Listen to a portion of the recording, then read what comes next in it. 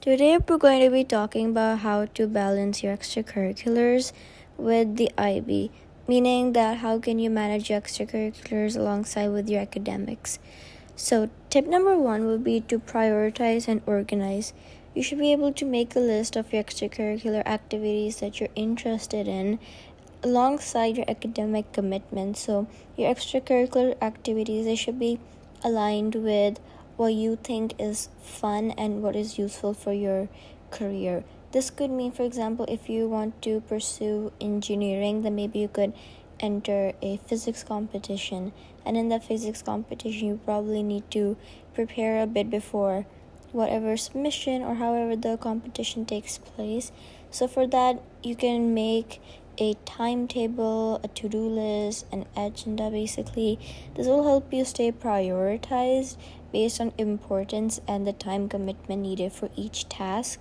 You can use a planner, a digital calendar. This is just going to help you basically schedule your time efficiently and to allocate specific blocks for studying, attending classes, and also participating in whatever activity you have going on. Second tip is choose quality over quantity. Now, instead of spreading yourself too thin by joining numerous activities, focus on a few that truly align with your passions and your goals. This way, you're not going to be that overwhelmed, and you're also going to be able to truly focus on the outcome. What I mean by that is when you have too much going on, you tend to prioritize just some aspects of a particular subject or activity, and you're not really focusing on everything to get the maximum output. So this way, when you have just a few things going on that truly are important for you, few things at a time, then you would be able to do the best that you can to your abilities. This also allows you to dedicate more time to your more time and energy to each activity without sacrificing your academic performance. Number 3, time management. Learn to manage your time efficiently by setting aside dedicated study periods each day. This could be of course, people are different in each way. Some people prefer studying a single subject in one day, and some like to switch it every hour or so they are stimulated with other subjects, because it can get a bit daunting and a bit boring. But either way, make sure that your study periods are aligned with what you think works best for you. Break down larger tasks into smaller and manageable chunks, and use techniques like the Pomodoro technique to maintain focus and productivity. Now, the Pomodoro technique has been discussed on my podcast many times. I had one episode for effective studying, routine techniques. There is the Pomodoro technique, that's been mentioned in that particular episode. So do check that out if you feel like techniques for studying efficiently is something that you would like to get to know. Number 4, communicate with your teachers, your coaches, supervisors, whoever basically you're working with in a formal capacity for your subjects and your extracurriculars. Go have a discussion with them about your IB commitments. Let them know that you need flexibility and you need accommodation sometimes. For example, if there's a big tournament coming for sports activity that you do, and you have a test coming at the same week or day, then ask either one of your academic teacher to maybe let you give it another day because you have another commitment, and this way you can balance it. Having good relationship with your teachers, your coaches, it's very, very important because they're such a big part of your high school career. And if you don't have a great relationship with them, they're probably not going to be as accommodating with you. So, cooperate with them so they can meet you in the middle way. Number 5, utilize your support system. Don't hesitate to seek help from your peers, family members, tutors, whoever when you need it. Form study groups with your classmates, your friends. This can help you review material and to also share resources And also enlist the support of family members or anyone who's in your household to give you emotional support. When it comes to sharing resources, your seniors, I think, are such a great resource because they really truly help you give advice on how to improve based on the fact that they were already there a year ago. So that way you would actually know what to improve on and the do's and don'ts of a particular subject or activity that they as well did, or an internship that they can suggest you. So make sure that you have some people in your circle that are also very helpful in that capacity. Next up, number 6, maintain balance. Now I know that's kind of so basic, and that's like, well, no doubt, but it's really important to excel academically and to pursue your passions. And of course, don't forget to take care of yourself. It's really important to be relaxed, to exercise, to socialize, and to prevent burnout, and to also maintain a balanced life, because a lot of people would try to focus so much on their extracurriculars or their academics per se, and they'll be like drinking coffee so much and staying up to like 2-3 a.m. doing physics workouts, physics worksheets and stuff. Some friends of mine. But it's very important to know that that's not going to be that effective, because your brain needs to recharge, and if your brain is charged enough to do all of these things, only then will you be able to optimize your own potential. So make sure that you're taking a lot of good care of yourself. Now, tip number 7, keep your study materials, your notes, your extracurricular resources well organized. Staying organized is so important because it'll help you to not waste time searching for things. You should develop maybe a Google Drive for documents per subject or something. You could have one drive and have folders in it with documents and like pictures and resources of different things for subject, or equipment. You could have it in a particular box for an extracurricular or whatever.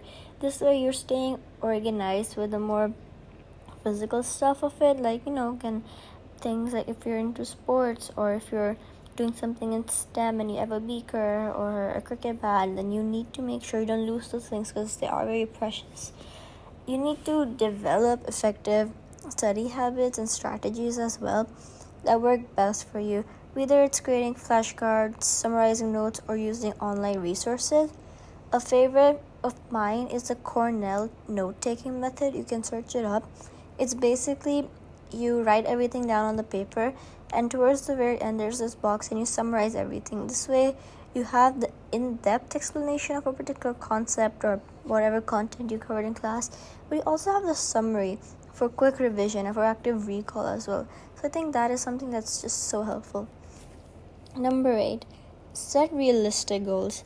So what I mean by that is set achievable goals for yourself when it comes to your academics and extracurricular activities. If you're out of 4 in a subject and you want to jump to a 7 in a month, that might not be extremely possible, because that's not a lot of time, considering you'll have to study for other subjects, do other extracurricular activities. That's why pacing yourself and managing everything is something that's really important. Some people are fast learners and some aren't, and that's completely alright. You should know your pace and you should work by your pace, and you shouldn't let these things define you, because again, a lot of people seek academic validation and validation from how many medals they have, how many first positions they have.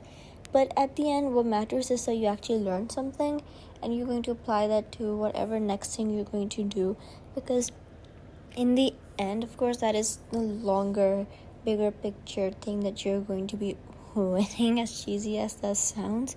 So, break down your long-term goals into smaller, actionable steps, and also celebrate your achievements along the way.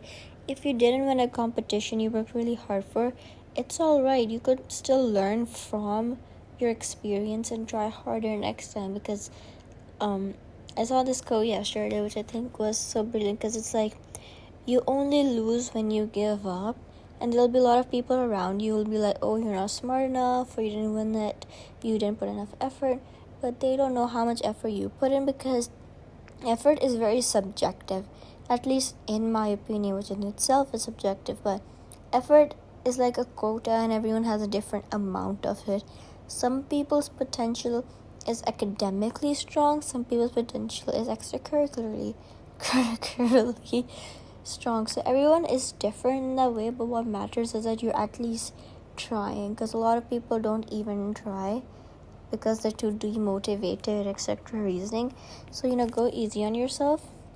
And number 9, be flexible. Recognize that there are going to be times when you need to adjust your schedule and your priorities based on changing circumstances. For example, you really wanted to cram one chapter of some subject you wanted to do and revise for, but you got sick and that was kind of a step back. Then that is completely okay, because you can still make up for it. That's why there are going to be obstacles thrown your way and you just need to be flexible in order to move yourself around them. You need to stay adaptable and be willing to make necessary changes to maintain balance and to also manage your workload, because again, you can't be too overwhelmed, because that's just going to bring down your efficiency and productivity levels. What I suggest is, I saw this tip and I use it myself. Just have 5 tasks each day. Of course, I go over 5 tasks, but what my opinion, psychology behind this is that if you just have 5 tasks, you will be more efficient and productive, but without being overwhelmed. If you have your extended essay due in 2 days and you want to write 4,000 words in one day as one task, of course, don't do it like that.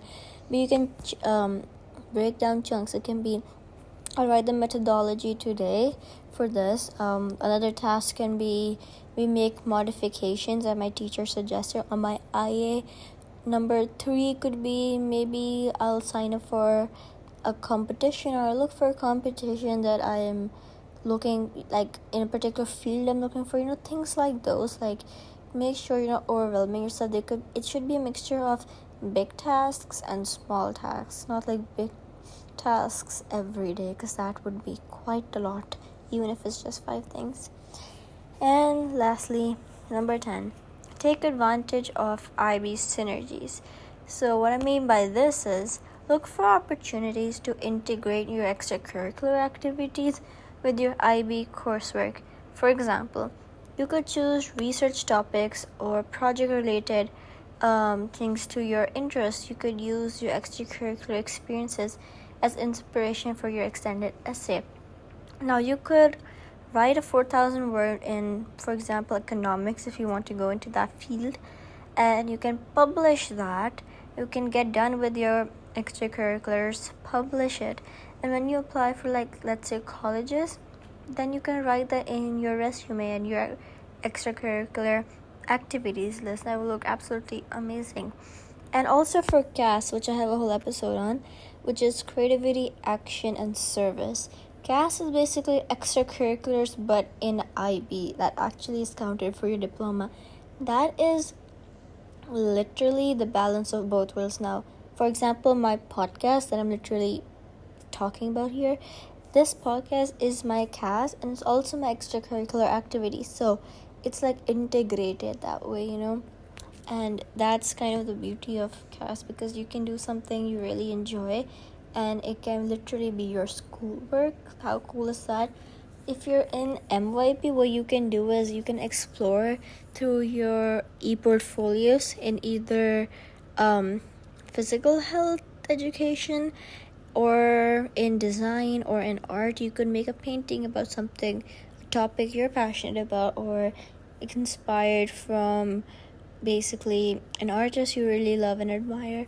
For design, you could do something similar based on what you want to create and develop.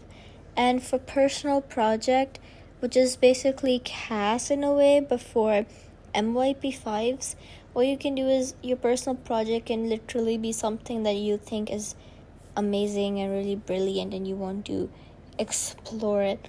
People in my class made shoes, like they decorated shoes.